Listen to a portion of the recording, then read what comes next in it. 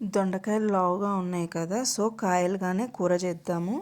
ముందు దానికి తగ్గ పొడి రెడీ చేసుకుందాం. శనగపిండి, సాల్ట్, జీలకర్ర, కారం కొంచెం వేసేసాక ఇవన్నీ ఇప్పుడు మిక్సీ పట్టాలి. దొండకాయలు ఘాటు పెట్టుకోవాలి. కుక్కర్లో 2 విజిల్స్ రానివ్వాలి. ఇవి కొంచెం లావుగా ఉన్నాయి కాబట్టి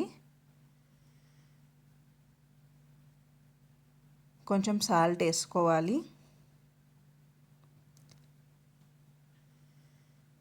ఇప్పుడు మెత్తబడిపోయినాయి కదా, సో ఇప్పుడు మనం రెడీ చేసుకుందాము. పొడిలో ఈ పొడి ఉంది కదా, మనం రెడీ చేసుకున్న పొడి. ఇప్పుడు ఆ పొడిని దానిలో కూర్చుకోవాలి. ఇప్పుడు దొండకాయలన్నీ రెడీ అయిపోయినాయి కాబట్టి అందులో ఆయిల్లో వేసుకోవాలి. దొండకాయలు పొడి పైకి ఉండేటట్టు చూడాలి. సో ఆయిల్లో పడదు పొడి.